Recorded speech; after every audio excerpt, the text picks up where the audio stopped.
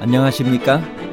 인생의 복잡한 문제들을 말씀으로 단칼에 해결해주는 김종근 목사의 쾌도 남마입니다.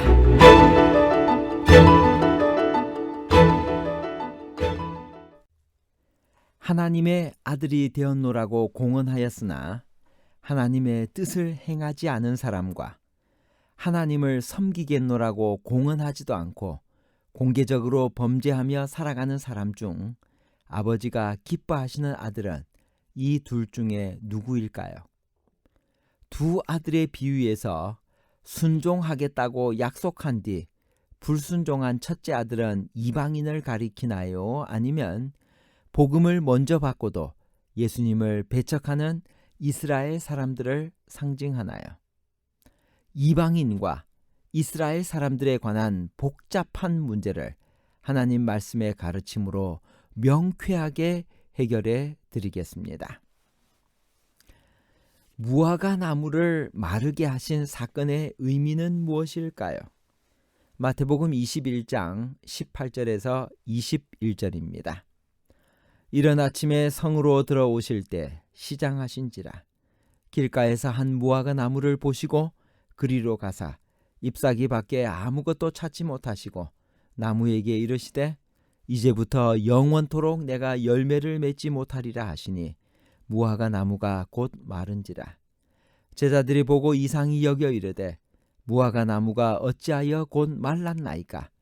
예수께서 대답하여 이르시되 내가 진실로 너희에게 이르노니 만일 너희가 믿음이 있고 의심하지 아니하면 이 무화과 나무에게 된 이런 일만 할 뿐 아니라 이 산들어 들려 바다에 던져지라 하여도 될 것이요. 예루살렘 입성 다음 날 이른 아침 성으로 들어가시던 예수께서는 잎이 무성한 한 무화과 나무를 보셨습니다.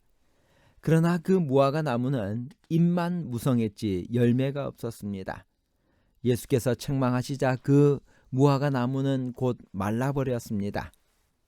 잎만 무성하고 열매 없는 무화과 나무는 경건의 형식만 무성하고 신앙의 열매가 없는 이스라엘을 상징했습니다. 열매 없는 무화과 나무의 비유에는 중요한 한 신학이 있습니다. 자신만을 위해 사는 그리스도인들은 열매 없는 무화과 나무와 같습니다. 그들은 예배의 형식은 엄수하지만 참된 회개나 믿음은 없습니다. 말로는 하나님의 말씀을 존중히 여기지만 순종하지는 않습니다. 시대의 소망 582페이지에서 583페이지에 다음과 같이 말씀하십니다. 하나님께서는 인애를 기뻐하신다. 나의 삶을 두고 맹세하노니 나는 악인이 죽는 것을 기뻐하지 아니한다. 멸망시키는 일과 심판을 통과하시는 일은 그분께 있어서 비상한 일이다. 그러나 그분이 미래의 배일을 거두시고 사람들에게 죄악의 길의 결과를 나타내시면 자비와 사랑으로 하시는 일이다. 무화과 나무를 저주하신 것은 행동화된 비유였다. 바로 그리스도의 면전에서 무성한 잎사귀로 의기양양하던 열매 없는 무화과 나무는 유대 민족의 상징이었다. 구주께서는 이스라엘의 파멸의 원인과 확실성을 제자들에게 가르쳐 주시고자 하셨다. 이러한 목적에서 예수께서는 나무에게 도덕적 특성을 부여하여 거룩한 진리의 해설자로 삼으셨다. 유대인들은 하나님께 대한 충성을 고백함으로 모든 다른 민족과 구별되었다. 그들은 하나님의 특별하신 총애를 받아왔으며 다른 모든 백성들보다 의로움을 주장하였다. 그러나 그들은 세상을 사랑하고 물질을 탐냄으로써 부패하였다. 그들은 지식을 자랑하였으나 하나님의 요구에는 무식하였고 위선으로 충만하였다. 열매 없는 나무와 같이 그들은 거만한 가지들을 높이 뻗고 외모로는 화려하고 눈에는 아름다웠으나 잎사귀 외에 아무것도 없었다. 장엄한 성전과 신성한 제단, 관을 쓴 제사장들, 인상 깊은 의식들을 가진 유대인의 종교는 과연 외모로는 아름다웠으나 겸손과 사랑과 자비는 부족하였다. 무화과 가원에 있던 모든 나무들은 열매가 없었다. 그러나 잎사귀가 없는 나무는 기대도 주지 않으며 실망도 일으키지 않는다. 이 나무들은 이방인들을 대표하였다. 이방인들은 경건하지 않은 유대인들과는 같이 열매가 없었다. 그러나 그들은 하나님을 섬긴다고 공언하지 않았다. 그들은 선하다고 거만하게 주장하지 않았다.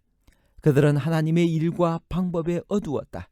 그들에게는 무화과의 때가 아직 이르지 않았다. 그들은 그들에게 광명과 희망을 가져올 날까지 기다려야 하였다. 하나님께로부터 큰 축복을 받은 유대인들은 이 선물을 남용한 데 대하여 책임을 져야 하였다. 그들이 자랑하는 특권들은 저희 죄를 증가시킬 뿐이었다. 두 아들의 비유에서 순종하겠다고 약속한 뒤 불순종한 첫째 아들은 이방인을 가리키나요? 마태복음 21장 28절에서 32절. 그러나 너희 생각에는 어떠하냐? 어떤 사람에게 두 아들이 있는데 맏아들에게 가서 이르되 예, 오늘 포도원에 가서 일하라 하니 대답하여 이르되 아버지 가겠나이다 하더니 가지 아니하고 둘째 아들에게 가서 또 그와 같이 말하니 대답하여 이르되 실소이다 하였다가 그 후에 뉘우치고 갔으니 그 둘 중에 누가 아버지의 뜻대로 하였느냐? 이르되 둘째 아들이니이다. 예수께서 그들에게 이르시되 내가 진실로 너희에게 이르노니 세리들과 창녀들이 너희보다 먼저 하나님의 나라에 들어가리라. 요한이 의의 도로 너희에게 왔거늘 너희는 그를 믿지 아니하였을 때 세리와 창녀는 믿었으며 너희는 이것을 보고도 끝내 뉘우쳐 믿지 아니하였도다.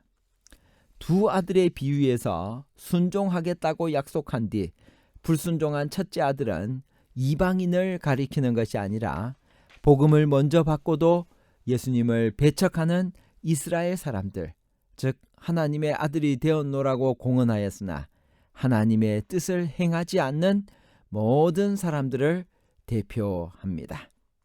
그리고 여기서 한 사람은 이 비유에서 하나님을 나타냅니다.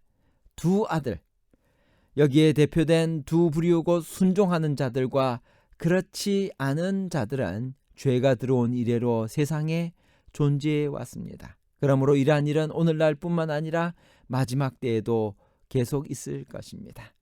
맏아들은 누구를 상징하는가?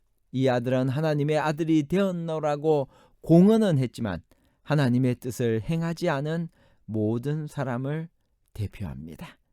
둘째 아들, 이 아들은 하나님을 섬기겠노라고 공언하지도 않고 공개적으로 범죄하며 살아가는 모든 사람을 대표합니다. 그러면 이 둘 중에 누가 아버지가 기뻐하시는 아들일까요?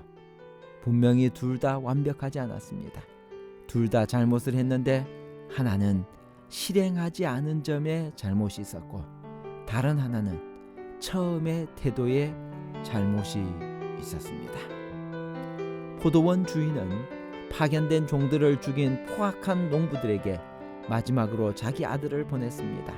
이 아들은 누구를 상징하나요?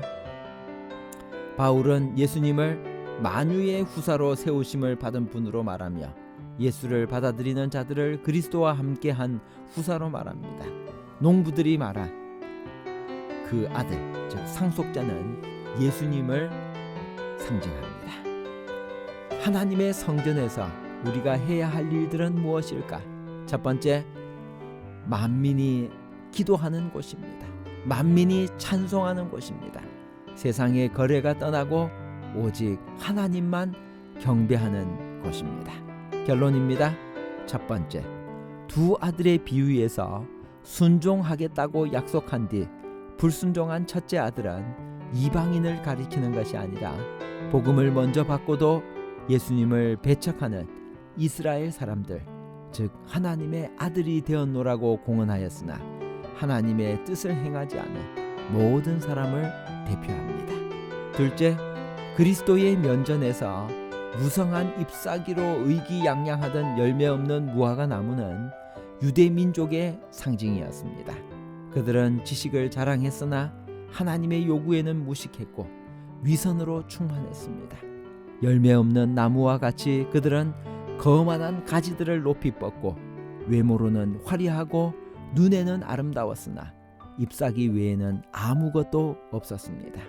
세 번째, 하나님의 성전은 만민이 기도하고 찬송하고 그리고 세상의 거래가 떠나고 오직 하나님께만 경배하는 곳입니다.